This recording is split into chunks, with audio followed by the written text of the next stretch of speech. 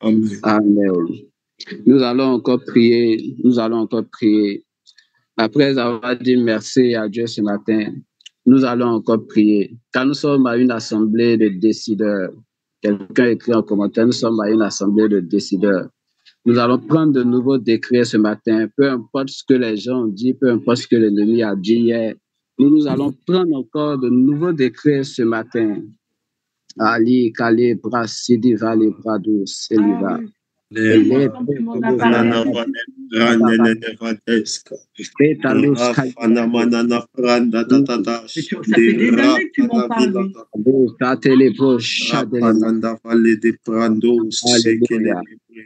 Alléluia. Par définition, selon le dictionnaire dit un instrument est un objet ou un dispositif conçu pour accomplir une tâche précise. Le mot peut avoir plusieurs sens.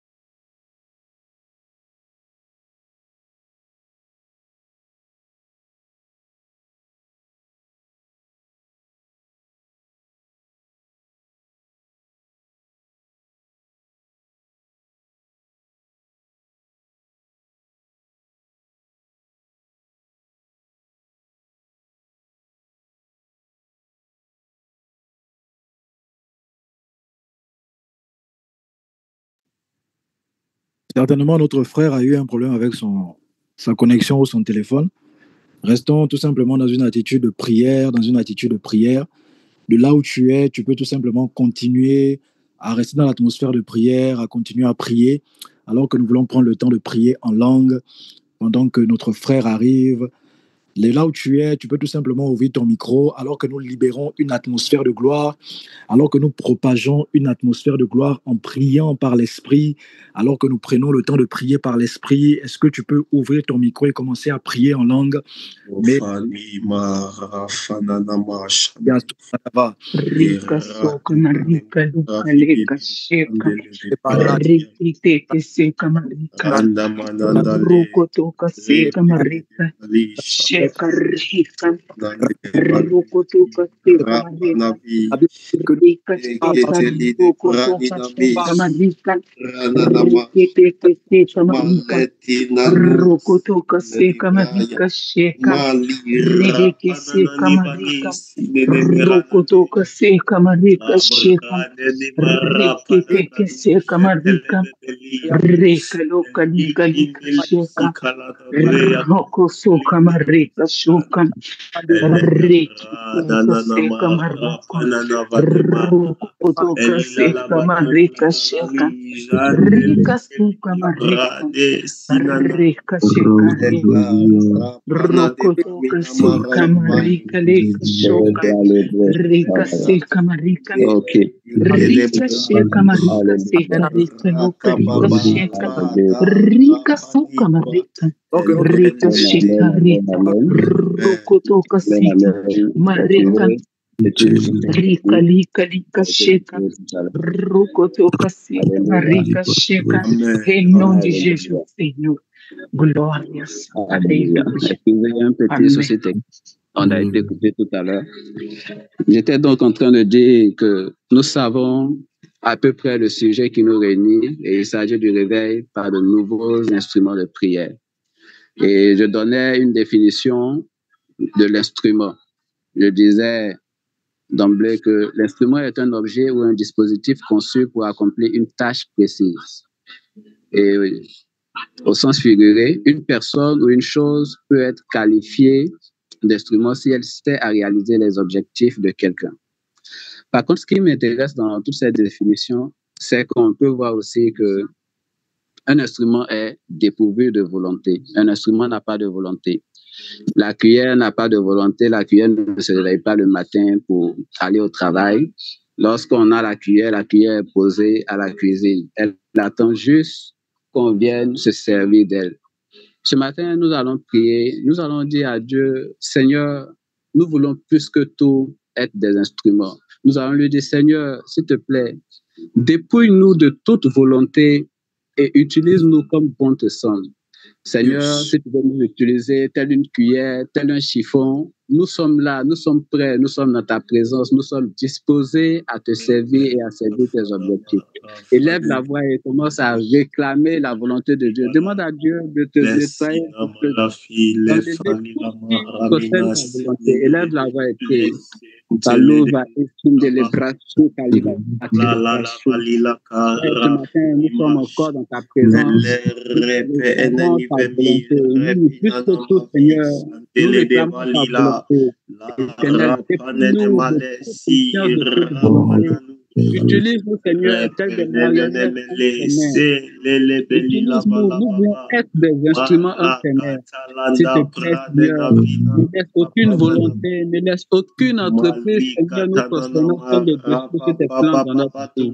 Élève la voix et prie. Élève la voix et prie. C'est tellement important d'accepter de être un instrument entre les mains de l'Éternel.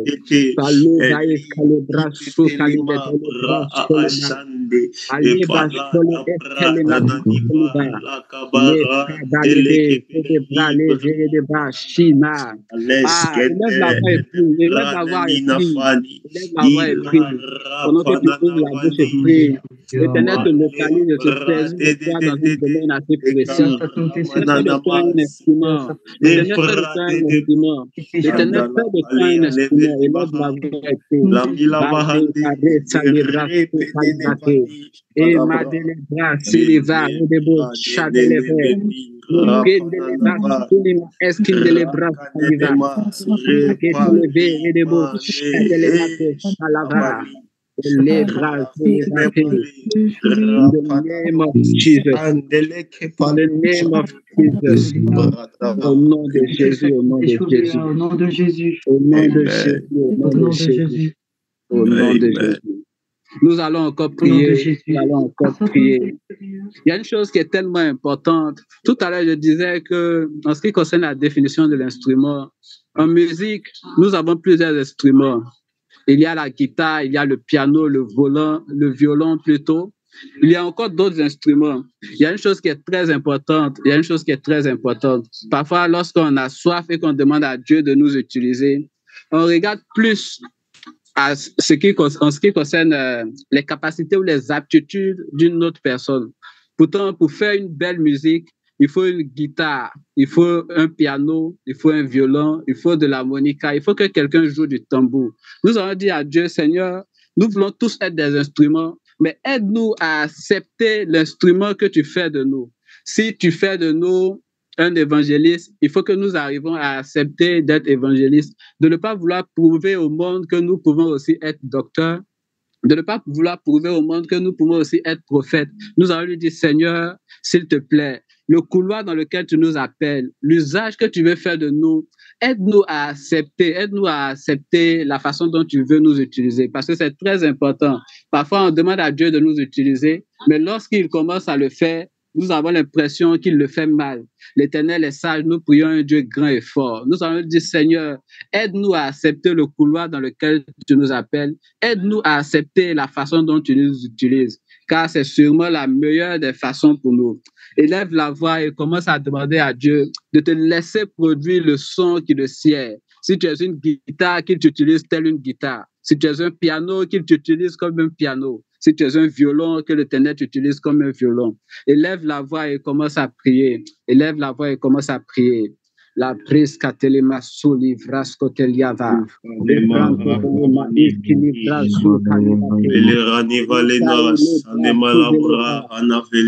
savons que tu attends de nous. Nous savons que tu veux nous utiliser. S'il te plaît, donne-nous de ne pas regarder aux aptitudes des autres. Donne-nous, Seigneur, de ne pas regarder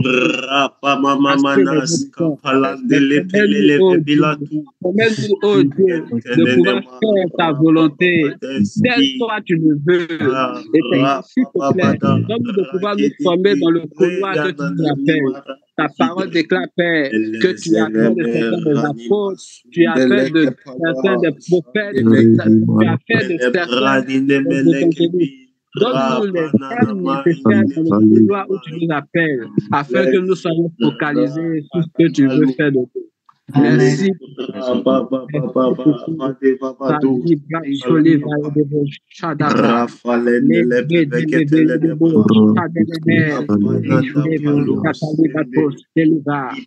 the name of Jesus. In the name of Jesus. Au nom de Jésus, au nom de Jésus.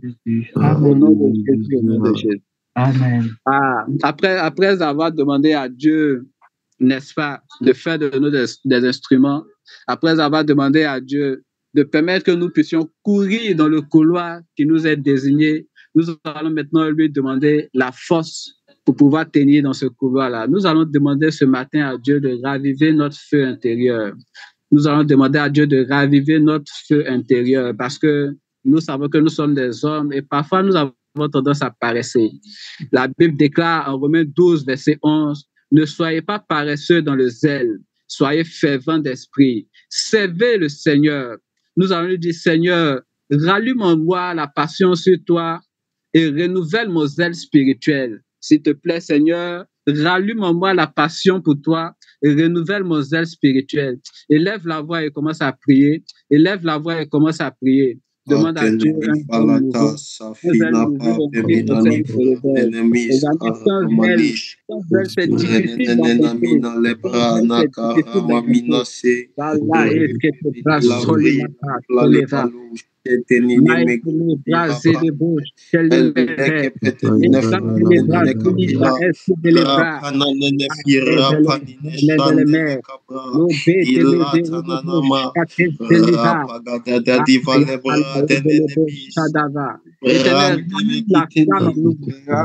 Rallume la flamme en nous. Rallume la flamme en nous, s'il te plaît. Merci, Père.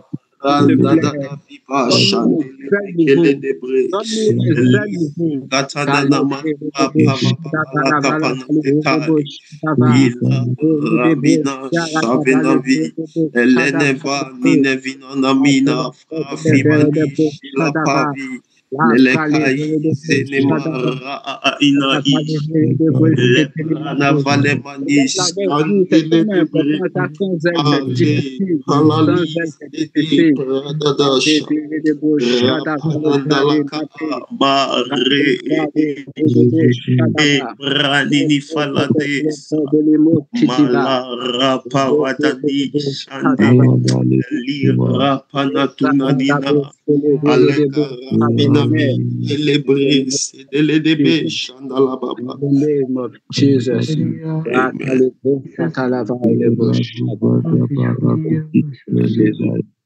Au nom de Jésus. Au nom de Jésus.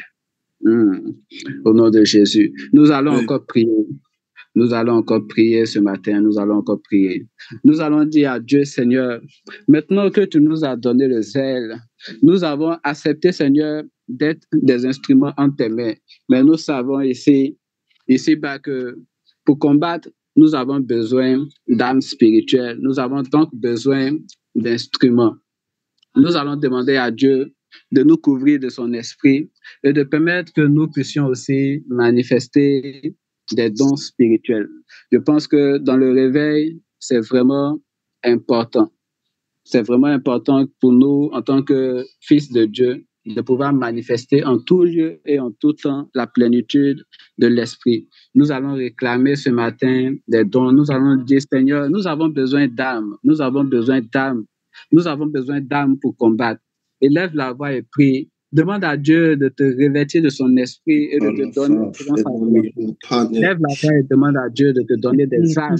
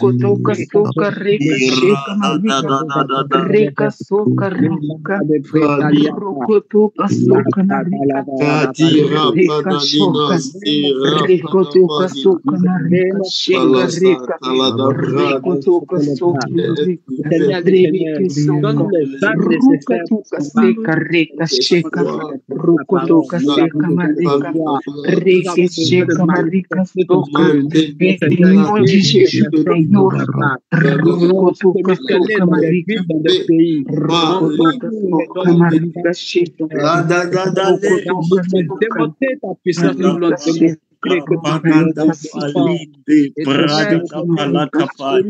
as permis de faire descendre le feu, de manipuler le temps et les circonstances. Nous avons soif et nous réclamons cette même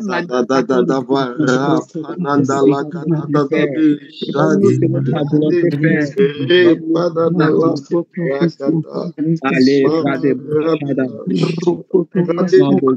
au nom de Jésus.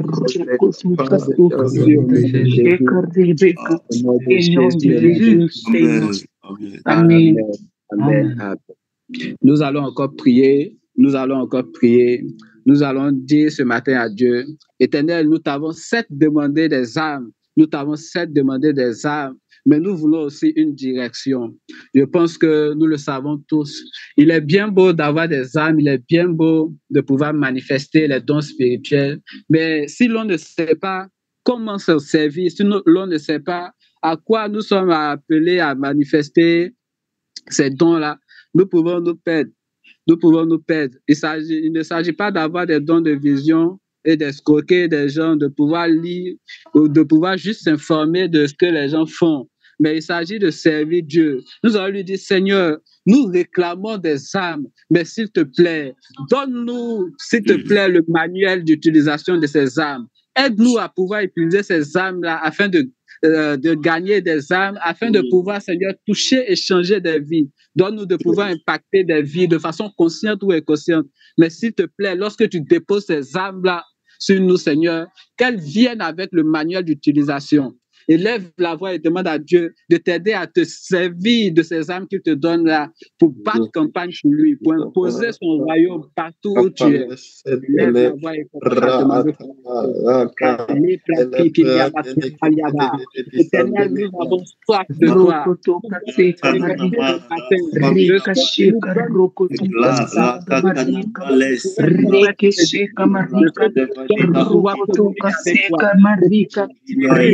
Seigneur, emmène-nous, regarde-nous, nous particulièrement. Seigneur, donne-nous, Seigneur, donne-nous, Seigneur. Rika soka, rokotoka soka, Seigneur, rika sheka, rika, rebeke seka, rokateka seka, rika tuka suka marika, rebeka sheka, roboka suka, marika soka, reka luka deka, rema seka maroko, rokotoka seka marika, rebeke sheka, rokotoka seka marika, reka sheka, rebeka seka marika, rokotoka soka marika, rebeka sheka, rokotoka marika soka, et nom de Jésus, rebeka seka marika soka, rika soka marika sheka, roboko soka marika. Seigneur, donne-nous la direction, Seigneur, donne-nous, Seigneur, rika soka marika, rebeka soka, rokotoka seka rika, marika soka rika seka, rebeke sheka, rokotoka soka marika, et nom de Jésus, oh, sika marika soka, rokotoka soka, rokotoka soka marika, sika marika sheka, rokotoka soka, rokotoka sika marika, au nom de Jésus, rika soka, rokotoka soka, roboka soka rika, rika sheka marika soka, rika seka rika soka, rokotoka seka marika sheka, rokotoka seka, rebeke soka rika soka marika, rika toka seka ruka sheka, roboka sika marika, rika luka leka sheka, rokotoka seka rika luka, marika toka sheka, rebeke soka, et nom de Jésus, rokotoka soka marika, rikma suka marika leka seka, marika sheka rokotoka soka marika, et nom de Jésus, luka leka sheka rike toka sika marika soka. Amen. Amen. Nous allons encore prier. Nous allons encore prier. Nous sommes à une assemblée de décideurs et de décréteurs. Nous allons encore prier. Lorsque je commençais la direction, j'étais en train de définir ce que c'est qu'un instrument. J'étais en train de définir ce que c'est qu'un instrument. Et je disais d'emblée qu'un instrument n'a pas de volonté. Mais il y a une chose encore plus importante, c'est que l'instrument ne se joue pas lui-même. Quand en musique, l'instrument ne se joue pas lui-même. L'instrument ne se joue pas lui-même. L'instrument est joué par un instrumentiste, my God. L'instrument est joué par un instrumentiste. Et nous, en tant qu'instrument entre les mains de Dieu, l'Éternel a permis que nous soyons dans les mains, entre les mains plutôt d'un instrumentiste qui saura prendre soin de son instrument, qui saura nettoyer sa guitare, qui saura changer les cordes de sa guitare lorsqu'elle sera usée. Et cet instrumentiste-là, nous pouvons le considérer ici comme notre Père spirituel. Incroyable. Nous allons demander à Dieu, nous allons prier pour l'instrumentiste, parce que l'instrument peut être bon, l'instrument peut être là, mais l'instrumentiste, c'est lui qui donne la valeur à l'instrument. C'est l'instrumentiste qui donne la valeur à l'instrument. Peu importe le prix auquel on achète un piano, une guitare, quand il n'y a pas un instrumentiste pour jouer une belle mélodie, la guitare posée seule ne jouera pas de mélodie. Nous allons élever la voix, nous allons demander à Dieu de bénir et de donner encore plus de sagesse, de faire monter cet instrumentiste-là qui nous utilise. Nous allons dire à Dieu, Seigneur, s'il te plaît, oint davantage cet instrumentiste-là qui va nous utiliser afin de faire ton œuvre, qui va nous tailler, qui va changer nos cordes. Car nos cordes sont mauvaises, il va changer nos cordes. Nous allons lever la voix et demander à Dieu de bénir cet instrumentiste et de l'élever davantage. Seigneur, ce matin, nous savons que c'est l'instrumentiste qui donne la valeur à l'instrument. Éternel, éternel, éternel. Peu importe notre valeur, si nous n'avons pas un bon instrumentiste,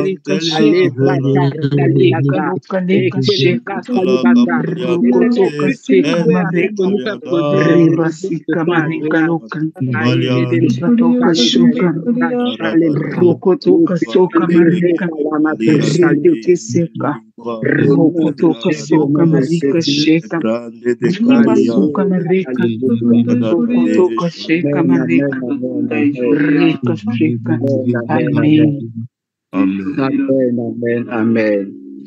Sans plus tarder, je vais maintenant laisser la parole à notre Père. Après avoir fait bouillonner cette plateforme, nous allons maintenant laisser la parole à notre Père. Nous allons laisser la parole à notre Père. Merci, Papa, d'avoir permis que nous puissions intercéder ce matin. Alors, nous laissons la parole à notre Père ce matin. Nous laissons la parole à notre Père. Amen, amen. Yes, écris Amen en commentaire, écris Amen à tous les sujets de prière que nous adressons ce matin encore à Dieu. Écris Amen, écris Amen, écris Amen, écris en commentaire Amen. Nous croyons que Dieu nous exauce. Nous croyons que Dieu nous exauce. Écris en commentaire Amen, Amen, Amen. Amen, Amen, Amen, yes. Écris en commentaire Amen. Dieu est fidèle. La Bible déclare que nous prions, il écoute notre voix et il nous exauce. Il entend nos voix et il nous exauce. Écris en commentaire Amen, Amen.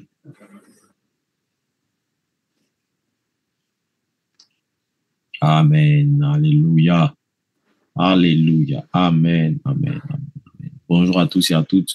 Est-ce que vous pouvez veiller à ce que les micros soient fermés, comme ça, avant qu'on introduise notre orateur de ce matin, veillez à ce que vos micros soient fermés, ou peut-être que est-ce que l'hôte de la réunion aussi peut veiller à ce que les micros soient fermés.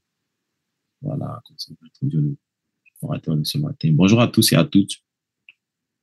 Nous sommes bénis d'être là encore ce matin. On est mardi, 2e jour de la semaine, et nous sommes déjà à la 6e semaine de nos 50 jours. C'est un long voyage, mais Dieu nous donne la force d'aller jusqu'au bout, et je bénis Dieu pour tous ceux qui sont connectés depuis le premier jour. J'en reconnais qui sont là tous les matins depuis le premier jour. En tout cas, que Dieu vous bénisse abondamment pour cette résistance, pour cette ténacité, pour cette détermination à rester dans la présence de Dieu, à recevoir, à écouter, à prier, etc.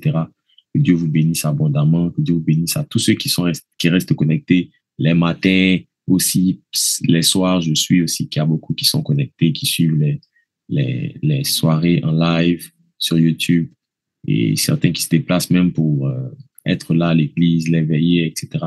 Que Dieu vous bénisse abondamment, abondamment, abondamment. Et nous sommes vraiment en train d'être bénis depuis plus d'un mois. Le Seigneur nous fait beaucoup, beaucoup de bien. Nous entendons beaucoup de choses qui nous sont utiles. Nous corrigeons, nous ajustons notre tir. Nous taillons notre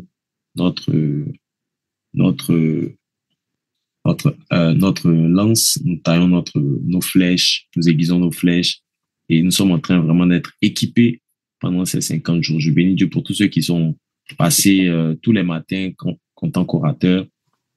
J'ai dit depuis le début que pendant ces 50 jours, je n'avais vraiment pas le sentiment d'intervenir les matins, parce que j'ai tellement de fils et de filles, d'hommes de Dieu, de femmes de Dieu autour de moi qui sont capables de nous bénir par leur message, la qualité de leur ministère. Et je pense que pendant tout ce temps, on a vraiment bénéficié des grâces qui se sont succédées. En tout cas, moi, j'ai été béni. Je crois que toi aussi, j'ai été béni par tous ceux qui nous ont parlé pendant ces 50 jours. On a entendu tellement de choses pertinentes, tellement de choses pertinentes. On a appris On a été bénis. Est-ce que vous pouvez veiller en arrivant que les micros soient fermés? Voilà, je pense qu'il faut faire attention. Pas que ça enregistre. Et il nous reste encore à finir cette semaine et à finir la dernière semaine, donc la semaine prochaine. Et voilà. Je vais juste rappeler que nous sommes en live tous les matins sur APN à partir de 5h jusqu'à 6h, 6h30 environ. Et tous les soirs, on est à l'église du lundi au jeudi. On a des soirées de réveil. Donc lundi, jeudi, on enseigne, on prie. Hier, on a enseigné sur... on a commencé à enseigner hier, donc lundi, on a commencé à enseigner sur votre adversaire, le diable. Donc, on est en train de parler du combat spirituel pour gagner la bataille dans le combat spirituel pour amener le réveil. Et je vous ai expliqué que avant d'aller dans le combat spirituel, c'est important de connaître votre adversaire, de connaître l'adversité, la réalité du monde des esprits, etc. Donc, nous sommes en train de parler de choses très, très, très profondes. Hier, vous pouvez revoir le message, il est sur YouTube, sur Arnold Bognon. Vous allez revoir le message d'hier. Et tous les vendredis, on a veillé depuis le début de ces 50 jours. Donc, on est déjà vendredi prochain, on est en train d'aller vers la 6e veillée de prière sur 7. Donc, on est déjà à 6 sur 7. Donc, vendredi, déjà, on va revenir sur ça tout à l'heure, mais on reçoit un orateur ce vendredi pour la 6e veillée. Avant la semaine prochaine, on aura la grande clôture le week-end de la semaine prochaine. Nous recevons le prophète Romano Dica, le prophète Romano Dica qui vient de la Belgique, spécialement pour cette clôture. Et nous serons bénis de la voir. Amen. Voilà. Mais aujourd'hui, depuis hier, il nous a bénis par sa première intervention. Est-ce qu'on peut veiller à ce que les micros soient fermés, s'il vous plaît? Il nous a bénis par sa première intervention. Est-ce que l'autre peut faire en sorte qu'en arrivant, les micros soient fermés? Comme ça, c'est plus simple. Il nous a bénis par sa première intervention hier. Et bon, première intervention de ces 50 jours parce que c'est pas la première fois qu'il intervient sur la plateforme APN. Et moi, je pense que si le Seigneur m'a béni d'une chose, c'est d'avoir des fils, des filles qui ont un si grand potentiel dans la prédication de la parole, dans l'exercice du ministère. Et je suis très, très, très fier, très béni quand je les écoute aussi parler et prêcher. Et j'insiste encore, est-ce que vous pouvez veiller à ce que les micros soient fermés pour l'enregistrement, s'il vous plaît? Et il fait partie des gens qui nous ont bénis à plusieurs reprises sur nos matinales APN. Et aujourd'hui encore, hier, il a entamé avec son message sur ceux qui portent le réveil.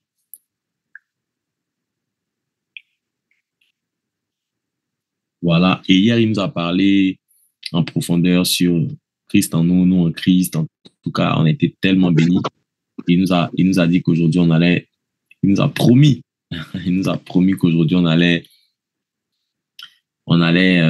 aller en profondeur. Et donc, on est tellement impatient d'aller un peu plus loin encore par rapport à ce qu'on a entendu hier matin. Et c'est un de mes fils qui conduit une église, une assemblée déjà. Il fait un excellent travail. Il commence depuis quelques temps déjà. Il a commencé à conduire une église. La vision que le Seigneur lui a confiée. Il est très proche de moi. On parle, on discute sur plusieurs sujets. On discute beaucoup. Et je suis très, très, très fier de ce que le Seigneur a commencé à faire avec lui.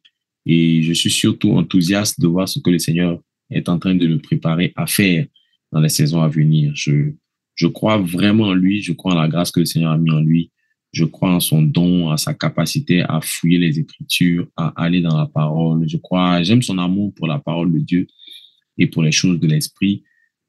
C'est quelqu'un qui a la particularité d'avoir une oreille attentive. Vous savez, il y a des gens qui vous appellent père, mais qui ne vous écoutent pas, qui ne vous consultent pas pour les choses qu'ils veulent faire. Mais lui, à chaque chose qu'il veut faire, que ce soit pour sa vie personnelle, que ce soit pour le ministère, il prend toujours le temps de tendre son oreille vers moi, de demander mes conseils, demander mon avis, demander ma permission.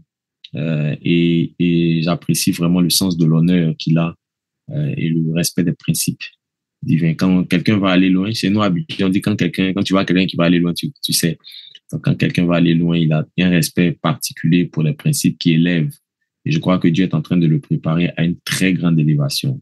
Vous ne pouvez pas l'écouter et puis ne pas être béni par le message qui est sur sa bouche. Et aujourd'hui encore, on va le recevoir. Aidez-moi, s'il vous plaît, par des acclamations, commentaires et par des flammes à recevoir le pasteur Pierre Cédric.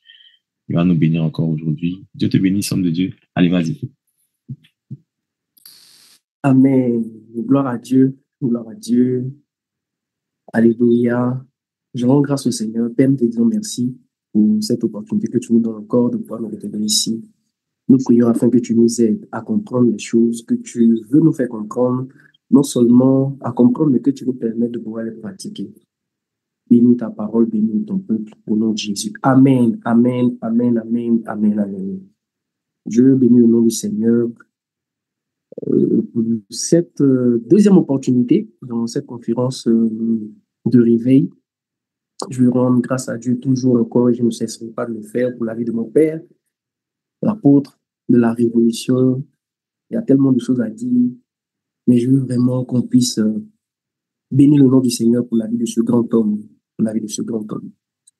Et nous croyons que par la grâce de Dieu, nous sommes là pour aider aussi Papa à accomplir les choses que le Seigneur a déposées dans son cœur. Amen.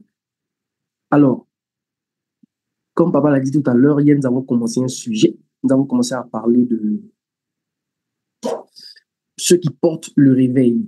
Et hier, nous avons essayé de poser les fondements du message dans lequel nous allons entrer maintenant. Et nous allons prendre un texte, celui de 2 Corinthiens, le chapitre 5, verset 17, que nous avons plus ou moins touché hier. Et à partir de ce texte-là, on va commencer à parler des choses dont nous devons parler aujourd'hui. 2 Corinthiens, le chapitre 5, verset 17. Je prends rapidement le texte pour pouvoir le lire. 2 Corinthiens, le chapitre 5, verset 17. La Bible dit ceci. Si quelqu'un est en Christ, il est une nouvelle créature. Si quelqu'un est en Christ, il est une nouvelle créature. Les choses anciennes sont passées. Et voici, toutes choses sont devenues nouvelles. Alléluia. Donc hier, pendant l'introduction, je disais comme ça qu'il y a une différence entre ceux qui ont Christ en eux et ceux qui sont en Christ.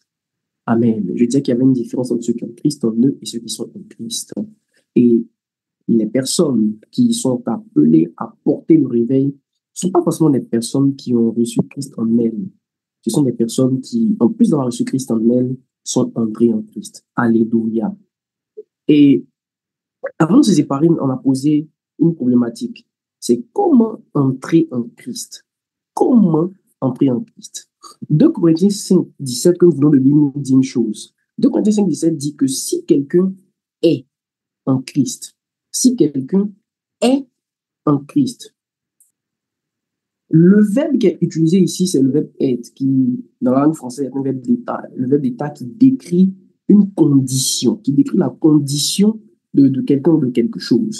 Donc ici, on dit si quelqu'un est en Christ, mais le est là n'est pas seulement utilisé pour décrire une question de être, c'est aussi utilisé pour décrire le fait que ceux qui sont en Christ sont ceux qui ont établi leur demeure. D'accord? C'est ceux qui ont établi leur demeure, qui ont décidé d'habiter, de vivre dans le Christ. Alléluia. Donc, il dit, si quelqu'un est en Christ, il est une nouvelle créature. Les choses anciennes sont donc passées et voici, toutes choses sont nouvelles. Ça veut dire que il y a des choses anciennes pour ceux qui ne sont pas en Christ. Il y a des choses nouvelles pour ceux qui sont en Christ. Je prie dans le nom de Jésus que pendant que nous serons en train de partager ces quelques vérités, que le Seigneur te fasse vivre les nouvelles choses qui sont en Christ dans le nom puissant de Jésus-Christ. Alors, pour vous expliquer clairement et aller là où je veux aller, nous allons lire ensemble Exode le chapitre 33. Exode le chapitre 33 à partir du verset 7. Exode 33 à partir du verset 7. Je vais mettre ça quelque part. Non, à partir du verset 18, pardon. Exode 33 à partir du verset 18. Exode 33 à partir du verset 18. Exode 33, verset 18. La Bible dit ceci. Moïse dit, fais-moi voir ta gloire. Le verset 19, l'Éternel répondit, je ferai passer devant toi toute ma bonté et je proclamerai devant toi le nom de l'Éternel. Je fais grâce à qui je fais grâce et miséricorde à qui je fais miséricorde. L'Éternel dit, tu ne pourras pas voir ma face, car l'homme ne peut me voir et vivre. L'Éternel dit, voici un lieu près de moi, tu te tiendras sur le rocher. Voici un lieu près de moi, tu te tiendras sur le rocher. Quand ma gloire passera, je te mettrai dans un creux du rocher et je te couvrirai de ma main jusqu'à ce que j'ai passé. Et lorsque je retournerai ma main, tu me verras par derrière, mais ma face ne pourra pas être vue. Amen. Je suis sûr que la plupart d'entre nous connaissons un peu cette histoire.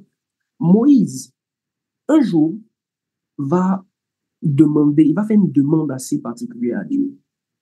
Après tout ce que Moïse a vu la mer Rouge divisée, Moïse a vu Pharaon et toute son équipe mourir dans la mer, Moïse a vu la manne, il a vu les gens être guéris par le serpent des reins, il a vu tellement de choses, tellement de grands miracles et de prodiges.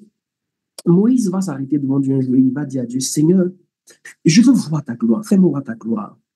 Et quand on étudie bien ces différents textes qu'on vient de lire, il y a quelques vérités importantes que j'aimerais ressortir. L'une des vérités qui m'a marqué, c'est que la soif de Moïse a poussé Moïse à avoir des sujets de prière qui conduisent à la mort.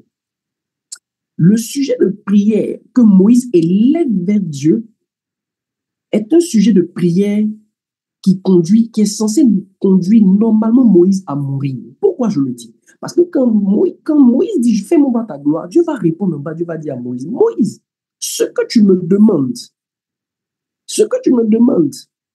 peut t'entraîner à la mort. Il dit, l'homme ne peut me voir et vivre. En d'autres termes, le sujet de prière de Moïse, c'est un sujet de prière qui pouvait engendrer la mort de la vie de Moïse.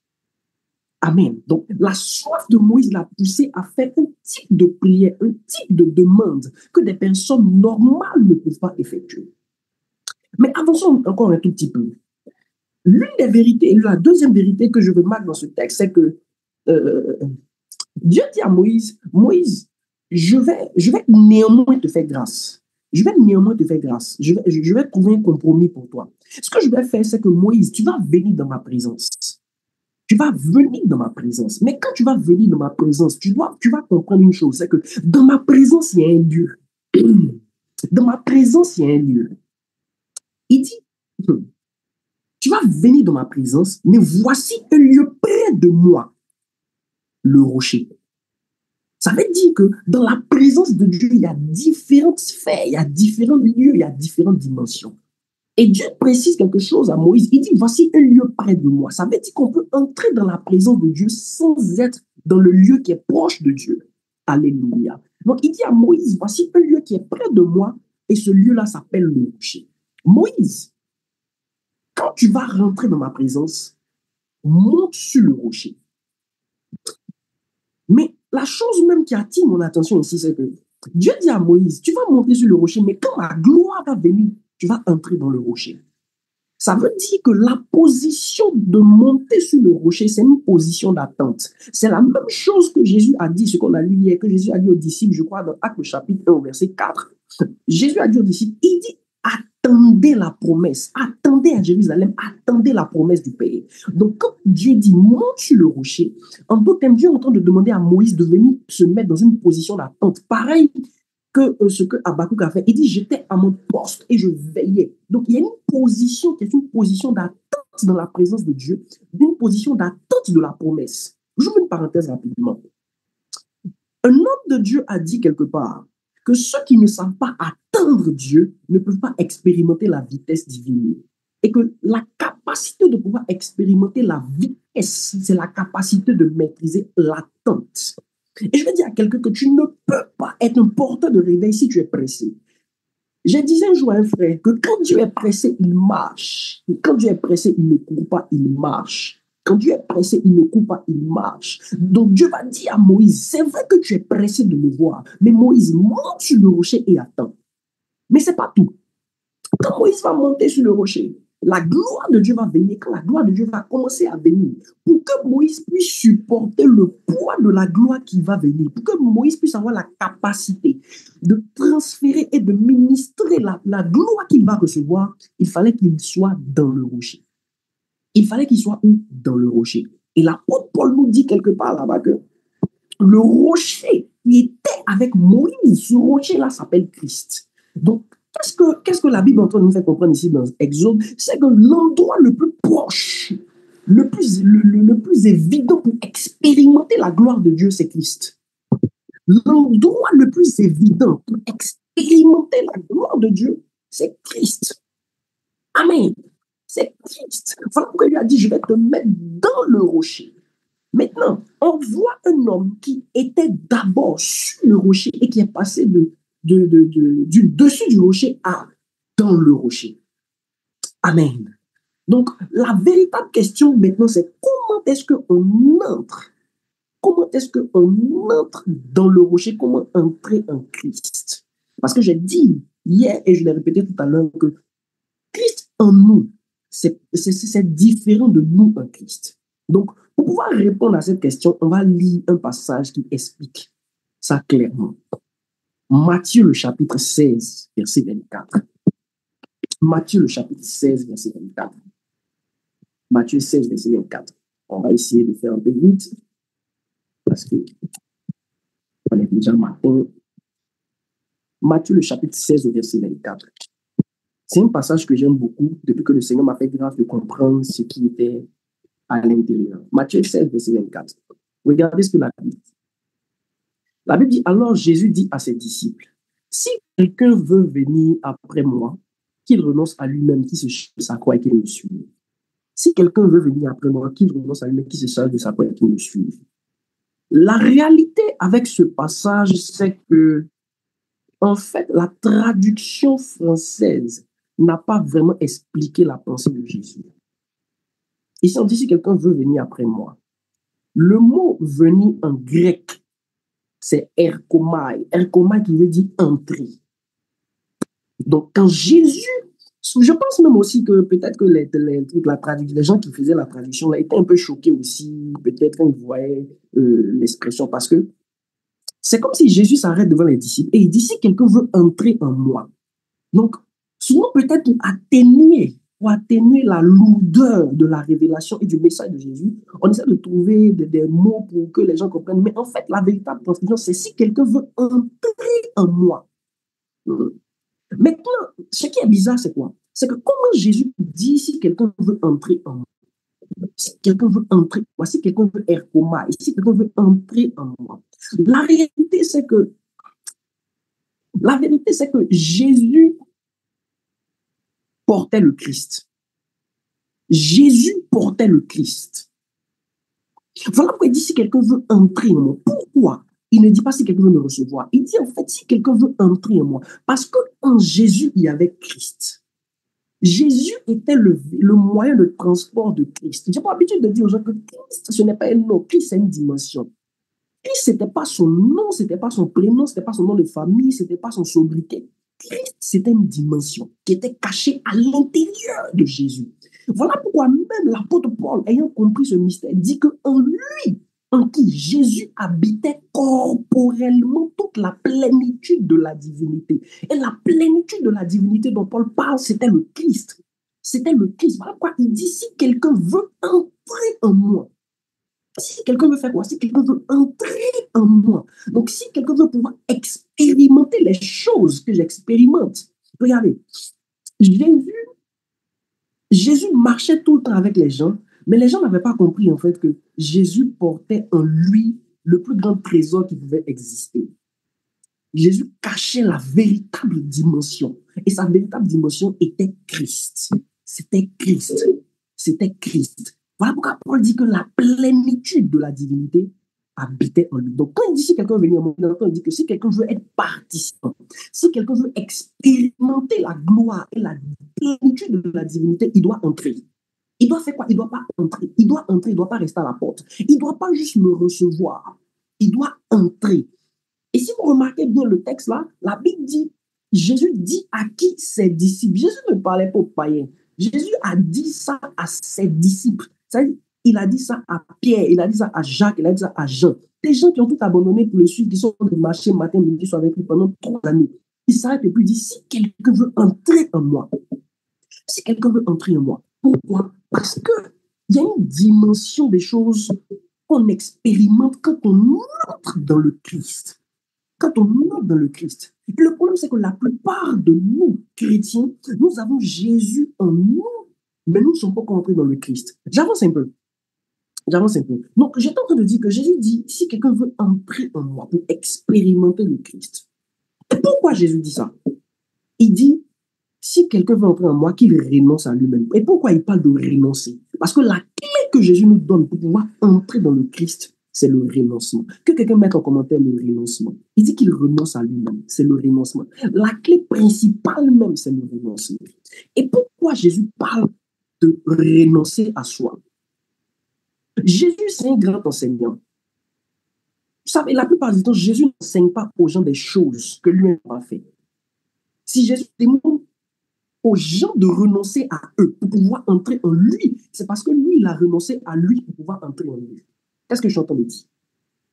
Pour que Jésus puisse entrer sur la terre, pour pouvoir entrer dans le cœur des hommes, il a dû renoncer à sa divinité et à sa dimension totale de Dieu assis sur son trône pour venir sur la terre. Voilà pourquoi la Bible dit que de riche qu'il était, il s'est fait pauvre. Voilà pourquoi l'apôtre Paul dit qu'il s'est dépouillé de toute sa gloire, il s'est rendu serviteur.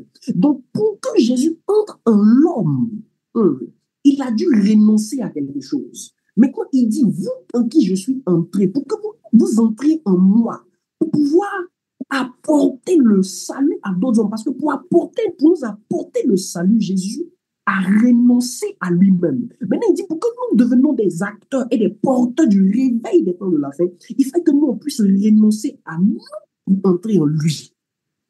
Donc, la clé et le mot de passe pour pouvoir entrer dans le Christ, c'est le renoncement à soi. C'est le renoncement à soi. Regardez avec moi quelque chose. L'apôtre Paul dit dans le livre de Philippiens, Christ est ma vie. Je crois que ça doit être Philippiens le chapitre 1. L'apôtre Paul dit que Christ est ma vie. Il dit Christ est ma vie. Christ est ma vie. Il ne dit pas Jésus est ma vie. Parce qu'au-delà d'avoir rencontré, d'avoir accepté Jésus dans son cœur, l'apôtre Paul a découvert la dimension qui était cachée derrière Jésus, qui était le Christ. Il dit Christ est ma vie. Maintenant, l'apôtre Paul aussi va nous démontrer que ce que Jésus vous a enseigné il y a des années en arrière, moi aussi je l'ai mis en pratique et c'est la raison pour laquelle vous avez l'impression que je suis un homme extraordinaire.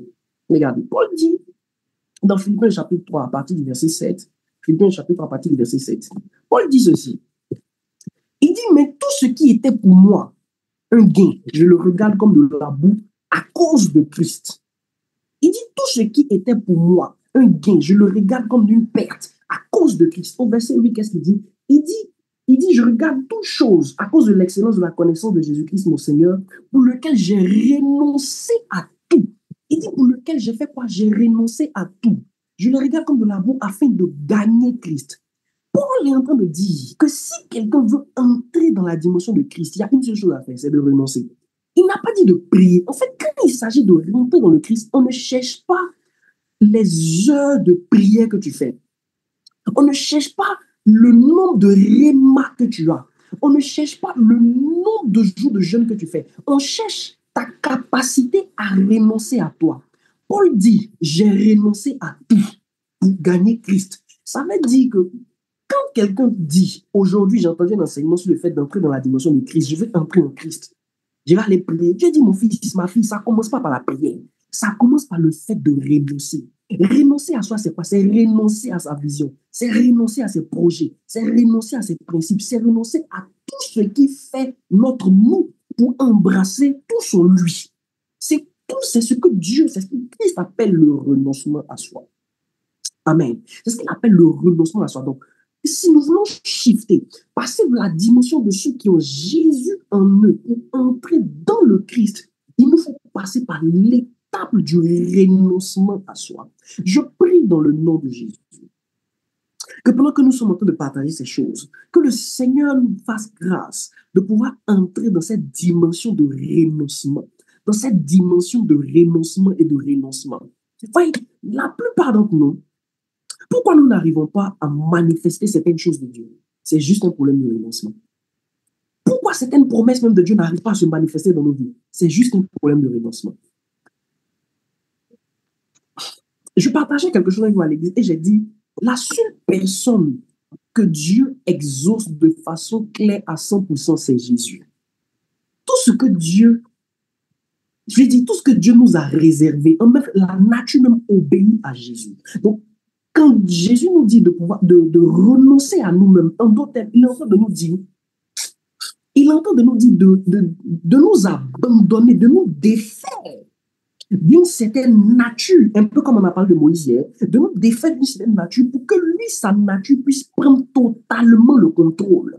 Un jour, pendant que Jésus était en train de faire ces choses de Jésus, les disciples ont regardé, ils ont dit, mais qui est celui-ci à qui obéissent même les vents, l'eau et la tempête? Pourquoi? Parce que la nature obéit à tout ce qui ressemble à Christ. Tout ce qui ressemble à Christ. Alléluia. Voilà pourquoi je dis, et je répète, que ceux qui sont des porteurs de réveil, ce sont ceux-là même qui ont accepté de renoncer à eux. Maintenant, avançons un tout petit peu. Avançons encore. Parce que hier, j'ai parlé de comment entrer dans le Christ. Et j'ai aussi dit qu'il y a quelque chose qui sont comme des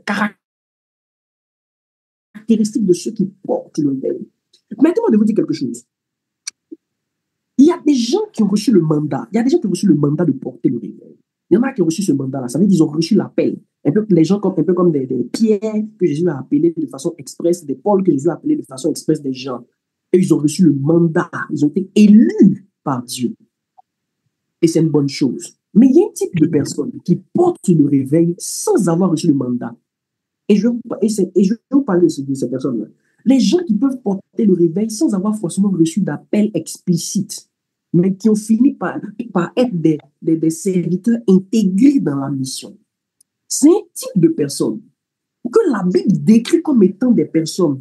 Paul dit, si quelqu'un aspire à la charge, vous voyez, généralement, ceux qui ont reçu le mandat n'aspirent pas à la charge, ils aspirent au titre. Mais il y a un type de personnes avec qui Dieu est beaucoup plus à l'aise. Ce sont ceux qui aspirent à la charge. En fait, c'est un type de personnes qui portent en elles les fardeaux de Dieu.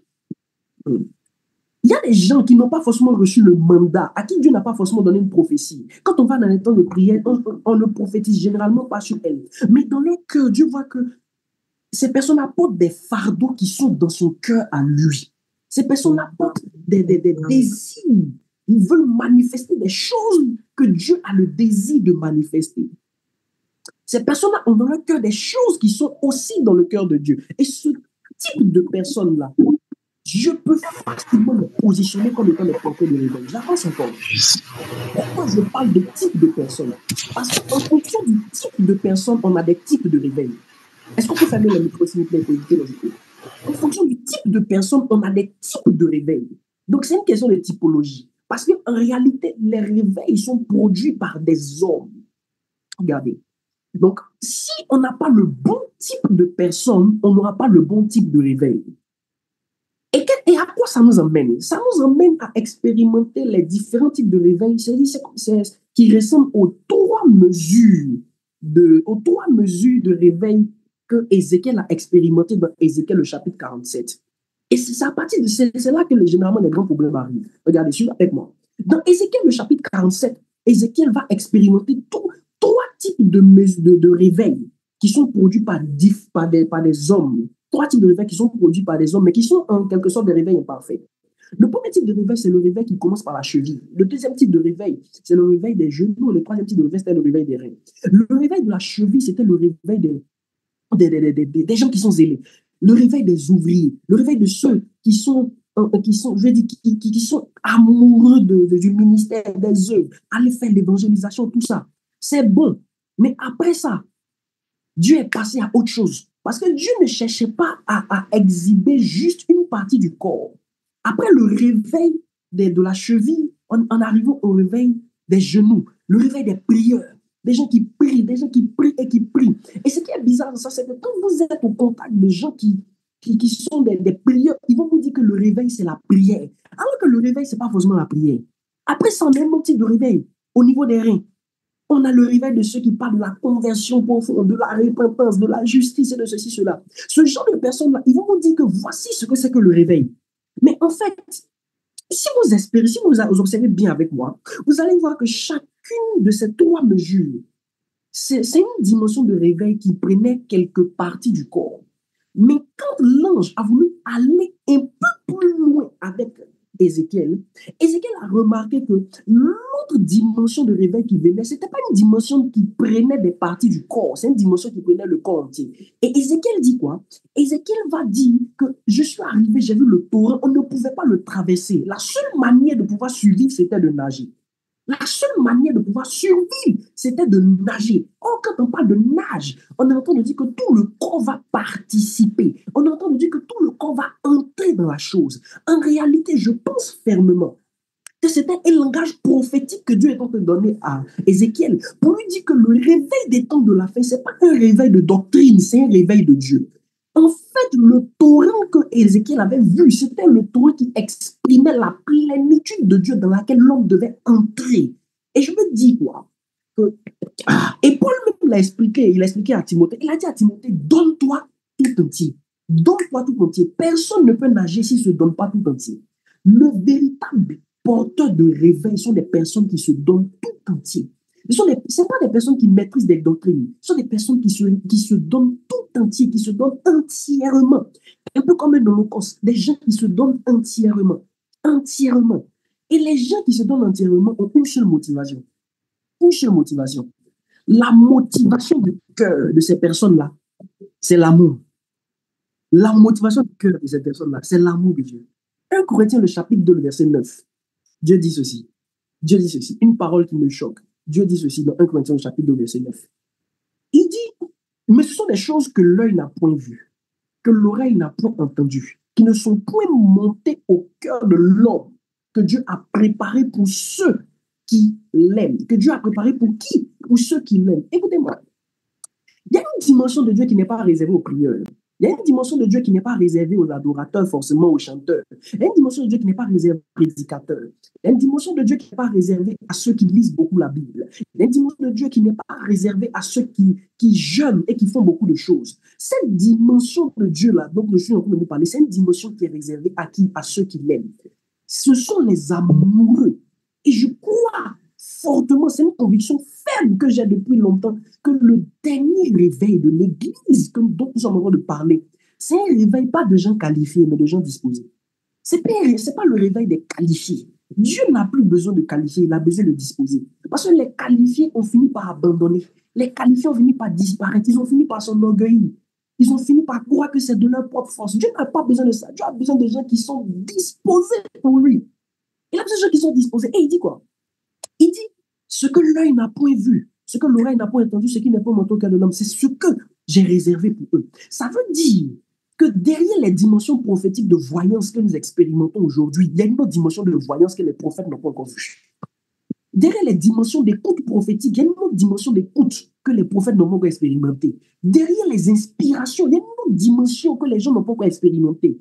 Mais encore, ça va aussi comme dans le sens professionnel. Quand Dieu dit des choses que l'œil n'a pas vues, il veut parler aussi du type d'invention que les gens n'ont pas encore vu dans leur esprit. Ça veut dire que quelqu'un qui aime Dieu jusqu'à un certain niveau, Dieu peut l'utiliser. Il peut lui montrer des inventions qui sont encore dans le règne de l'esprit. Et quand il va les transposer dans le monde naturel, il va porter un réveil, il va bouleverser et impacter. Et je veux préciser une chose, le réveil là, ce n'est pas un réveil forcément de ceux qui prêchent. On a besoin de tout le monde. Il dit quoi? Il dit ceux qui n'ont pas entendu. Ça veut dire que les chantres là, ce n'est pas juste parce que vous faites beaucoup de répétitions que Dieu va vous permettre de pouvoir chanter des cantiques qui vont bouleverser, mais c'est parce que vous l'aimez. Vous pouvez entendre des sonorités, pas parce que vous priez beaucoup, mais parce que vous aimez beaucoup. Vous pouvez entendre des paroles qui vont impacter, pas parce que vous priez beaucoup, mais parce que vous aimez beaucoup. Il dit des choses qui sont point montées au cœur de l'homme. Ça veut dire qu'il y a des inspirations de projets, il y a des manières de monter des entreprises, de faire le business, des sagesses et des intelligences. Et ce dont je vous parle là, ce sont des choses que même des gens de l'Ancien Testament ont expérimentées et que des gens du Nouveau Testament ont du mal à vivre. Des gens comme des Joseph. On peut avoir une intelligence, une inspiration pour résoudre des problèmes économiques des nations sans avoir fait d'études d'économie. Pourquoi? Parce que le mot de passe, c'est l'amour. Le mot de passe, c'est l'amour. c'est l'amour. Et je vais aller progressivement pour atterrir.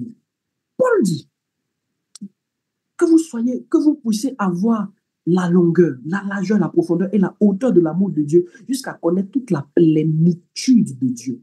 Je veux dire à quelqu'un, c'est bon de travailler sur sa vie de prière. J'encourage. C'est bon de travailler sur sa vie de jeûne. J'encourage. C'est bon de travailler sur son service. J'encourage. C'est bon de travailler sur sa vie de méditation. J'encourage. Mais c'est mieux de travailler sur la qualité d'amour que tu portes au Seigneur.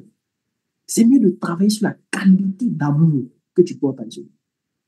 Et il y a une femme dans les Écritures, je finis avec elle, je me répète, il y a une femme dans les Écritures qui n'était pas forcément appelée au départ, mais qui a pu être un instrument puissant de réveil pour ceux qui avaient été appelés. Je veux parler de Marie de Magdala. Quand Jésus meurt, même les grands bishops, les prêtres, les papes, ils sont retournés à la pêche. Ils ont abandonné l'œuvre du Seigneur. Ils ont arrêté de croire que Jésus pouvait ressusciter. Il y avait une femme, une seule femme, qui n'était pas forcément une grande prieuse. D'ailleurs, elle avait un passé assez délicat. C'était une ancienne prostituée. Mais cette femme-là avait la capacité, elle avait un amour qui pouvait l'emmener à aller chercher son amoureux, même dans un cimetière. Elle avait une dimension d'amour qui était sans limite. L'amour qu'elle avait l'a emmené plutôt à poser une action prophétique pour l'ensevelissement de Jésus. Et l'amour qu'elle avait l'a emmené à aller chercher Jésus dans un cimetière malgré qu'il était mort. À une époque où les gens ne croyaient pas à la résurrection, elle était la seule à cause de son amour à expérimenter la résurrection. Et quand les disciples vont arriver au tombeau, ils vont voir des vêtements, ils vont voir un tombe vide. Mais quand Marie va arriver au tombeau, elle voit des anges. Est-ce que c'est parce que Marie était la plus grande prieuse? Non, parce que Marie était une amoureuse. Maintenant, Jésus va se révéler à elle et il va lui donner un message. La première personne à prêcher le message de la résurrection de Christ, même pas aux païens, mais aux disciples de Jésus, aux pasteurs de l'Église. C'est elle qui va porter le message de la résurrection de Jésus pour emmener ça aux pasteurs de l'Église, aux Pierre, aux Jacques et aux Jean, et leur dire, le Maître est ressuscité. Mais comment elle a pu entrer dans cette dimension? Une simple femme qui n'était pas forcément une grande prieuse à cause de son amour. Ce sont les choses que Dieu a réservées à ceux qui l'aiment. C'est pourquoi je veux dire à quelqu'un, tu veux faire partie de ceux qui portent le réveil. Travaille ton amour pour Dieu. Travaille la qualité de ton amour. On n'a pas suffisamment de temps pour rentrer dans c'est quoi l'amour de Dieu, profondeur, longueur, largeur.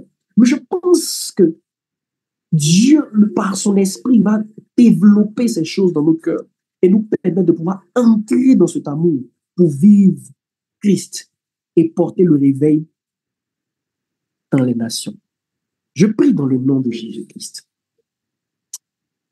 que la grâce de Dieu te localise de là où tu es, que la main de Dieu soit sur toi, que tout ce qui était obstacle à la manifestation de l'amour de Dieu, tout ce qui pouvait empêcher le renoncement à soi, que ces choses-là soient brisées, que le Seigneur fasse de toi un instrument puissant entre ses mains, qu'il t'utilise pour révéler son nom et sa gloire dans les nations et devant les rois.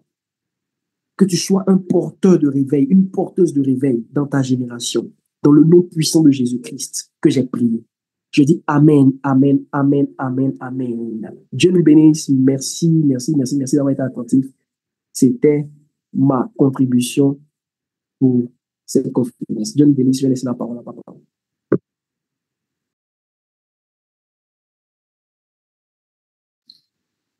Waouh. Écris Amen, écris Amen. Écris je suis un porteur de réveil. Écris en commentaire je suis un porteur de réveil. Waouh, comment on a été béni ce matin. Quel message. Écris je suis un porteur de réveil. Écris ça en commentaire. Je suis un porteur, je suis une porteuse. Je suis un porteur de réveil. Je suis un porteur de réveil. Waouh, est-ce qu'on peut écrire en commentaire je suis un porteur de réveil. Je suis un porteur de réveil. Je suis un porteur de réveil. Écris ça en commentaire. Je suis un porteur de réveil. Alléluia. Wow. Yes. Est-ce qu'on est béni? On est béni par ce message. Que Dieu bénisse son serviteur. Merci pour la qualité de ce message. Merci pour la profondeur à laquelle nous avons été envoyés aujourd'hui encore. Que Dieu bénisse abondamment, abondamment son serviteur. Si tu es béni, écris je suis un porteur de réveil. Je suis une porteuse de réveil. Je suis un porteur de réveil. Je suis une porteuse de réveil. Alléluia. Amen, amen, amen. Avant qu'on puisse aller vers la fin, je voudrais juste donner deux ou trois petites précisions, deux ou trois petites informations importantes.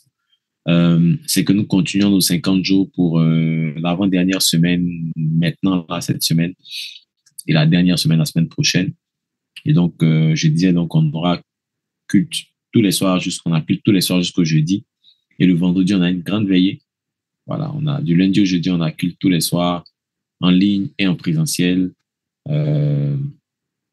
Et le vendredi, on a une veillée, grande nuit de réveil tous les soirs, tous les vendredis soirs, toute la nuit.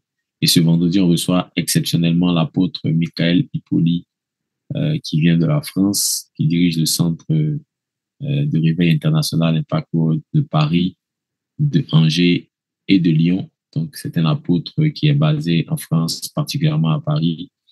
Et il sera avec nous à Abidjan et à l'église ce vendredi pour la 6e veillée de prière, ces 50 jours de réveil. Et on va partager le thème, le prix à payer pour le réveil. Donc, ne manque pas si tu es à Abidjan, fais le déplacement. Si tu n'es pas à Abidjan, reste connecté en ligne. Et je pense qu'avec la com de l'église, on est en train de faire en sorte que tous ceux qui sont membres d'APN puissent suivre le live à partir d'un Zoom. Comme ça, voilà, plus particulièrement, ils peuvent interagir aussi, on peut les voir. Donc, on va faire en sorte qu'on puisse les voir, que l'orateur puisse les avoir en retour aussi, puisse les voir voilà, qu'on puisse les voir et qu'on puisse aussi prier pour vous, voilà, parce que là, différemment de ceux qui se connectent sur YouTube, comme ça, sur les réseaux, comme ça au passage, voilà, ceux qui sont membres d'APN, on veut les avoir vraiment sur un écran Zoom. Comme ça, on est en train de travailler avec la com. On espère que jusqu'à ce week-end, jusqu'au vendredi, on pourra expérimenter ça déjà ce vendredi pour qu'à la clôture, on puisse avoir ceux qui sont de APN, on puisse les avoir sur un écran visible, de façon visible. OK? Donc, ce vendredi, on avait une prière, 6e veillée, avant-dernière de ces 50 jours. On reçoit l'apôtre Hippoly. Soyez en live si vous êtes à loin d'Abidjan. Soyez en présentiel si vous êtes à Abidjan. Dieu va nous faire beaucoup de bien.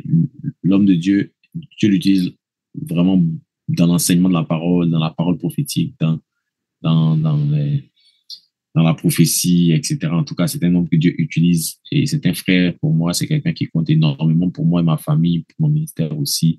J'ai été récemment à son église à Paris, à une grande soirée de prière. On a été ensemble, on a travaillé et là, il sera à Abidjan avec nous. Donc, soyez là. Dieu va nous faire beaucoup, beaucoup, beaucoup de bien ensemble. Amen. Et la semaine prochaine, on entame notre dernière semaine et nous recevons à la clôture de cette dernière semaine pour la veillée de clôture le vendredi 6. Nous recevons le prophète Romano Dika qui arrive avec sa délégation de Belgique. Ils viennent très nombreux de Belgique, à environ 7 personnes. Ils viennent d'arriver de Bruxelles. Pour la clôture de ces 50 jours, il sera notre orateur principal pour la clôture et il sera avec sa fille, donc la chante Leslie Sabouté qui va également rendre ministère pendant cette nuit de clôture. Cette nuit sera extraordinaire. On va commencer dès 20h30, très tôt. Donc, soyez là tôt si vous êtes à Abidjan parce qu'il n'y aura certainement pas de place pour tout le monde. Et on est en train de prévoir aussi un overflow donc à l'extérieur du temple pour accueillir tous ceux qui vont venir en plus de ceux qui, voilà, l'intérieur est plein. Donc, soyez là tôt. Venez avec vos amis, vos invités, la famille, les enfants, tout le monde. Le prophète arrive. Il va nous bénir pendant cette nuit-là. Et je crois que Dieu va nous faire beaucoup, beaucoup, beaucoup de bien. Il sera avec nous pour le week-end. Donc, on va clôturer en 2 temps. On va clôturer le vendredi 6 et on va clôturer le dimanche 8 pour la Pentecôte. Et il sera notre orateur aussi pour le culte de Pentecôte à partir de 14h30 l'après-midi, spécialement pour ce culte de Pentecôte.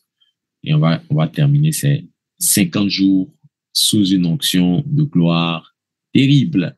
Mais déjà, donc, demain, on se retrouve sur APN. Demain matin, on a la matinale encore. Et demain, je pense que c'est mon fils, le serviteur de Dieu, Yannick Tomba, qui va nous bénir demain. Donc, soyez là, soyez connectés.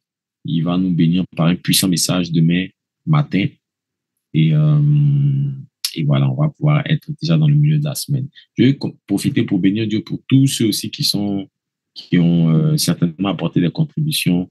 Il m'a manqué encore de demander le point, mais en tout cas, je sais qu'il y a des gens qui ont apporté des contributions par rapport à la construction du temple, que ce soit en ligne, que ce soit qui ont été sollicités par message, etc. En tout cas, que certains ont répondu. Que Dieu vous bénisse abondamment, tous ceux qui continuent de soutenir la construction du temple, parce que vous savez que l'église à Abidjan est en construction. Et déjà, cette semaine, on a commencé les travaux de la toiture. Donc, normalement, pour la veille de ce vendredi, la toiture doit être déjà mise. Et ça va nous permettre de faire la clôture aussi avec la toiture. Et voilà, donc Dieu bénisse tous ceux qui apportent une offrande, un soutien, une contribution pour les travaux. Si vous avez à cœur de le faire, n'hésitez pas. Si Dieu vous met à cœur de le faire, on a toujours besoin. Vous savez que construire une église, c'est compliqué. C'est difficile. Il y a beaucoup de challenges en même temps. Il y a beaucoup de choses à faire. Il y a beaucoup d'éléments à toucher. Toiture, sol, électricité, plomberie. Il y a plein de choses à faire. Revêtement, après, il y a l'équipement à l'intérieur. Il y a beaucoup de choses à faire. Donc, si Dieu vous met à cœur quelque chose pour soutenir la construction, n'hésitez pas. Dieu va vous bénir aussi en retour. Je rappelle aussi à nos étudiants de l'école de réveil international que samedi, on reprend. Samedi dernier, on n'a pas eu cours, mais on reprend ce samedi. À partir de 17h, on sera ensemble connectés. Donc, tous les étudiants qui sont inscrits pour l'école de réveil, samedi à 17h, on a cours et on va progresser dans notre programme. Amen. Voilà, donc on a vraiment eu 50 jours bien remplis. Le Seigneur nous a vraiment équipés, vraiment, excusez-moi, vraiment équipés. Et on continue jusqu'à la fin de ces 50 jours. Voilà, je pense que j'ai tout dit. Que Dieu vous bénisse abondamment. On va se retrouver demain matin. Mon fils, l'homme de Dieu, Yannick, sera connecté depuis Lubumbashi. Lubumbashi, tu vois en ce moment, Lubumbashi. Depuis Lubumbashi au Congo. Et il va nous bénir. Depuis Bukavu en ce moment au Congo. C'est un voyageur, donc. Depuis Bukavu au Congo.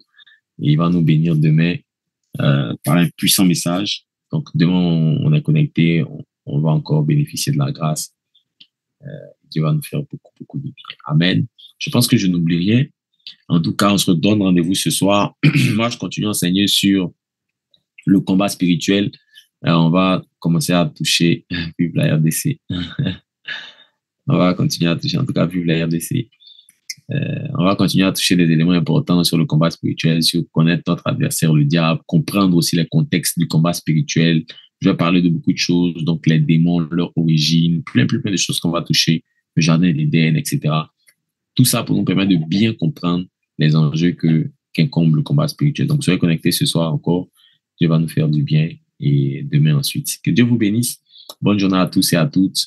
Le Seigneur est avec vous. Et on se retrouve demain. Allez, ciao. Ce soir déjà et demain ensuite. Allez, ciao. Que Dieu vous bénisse.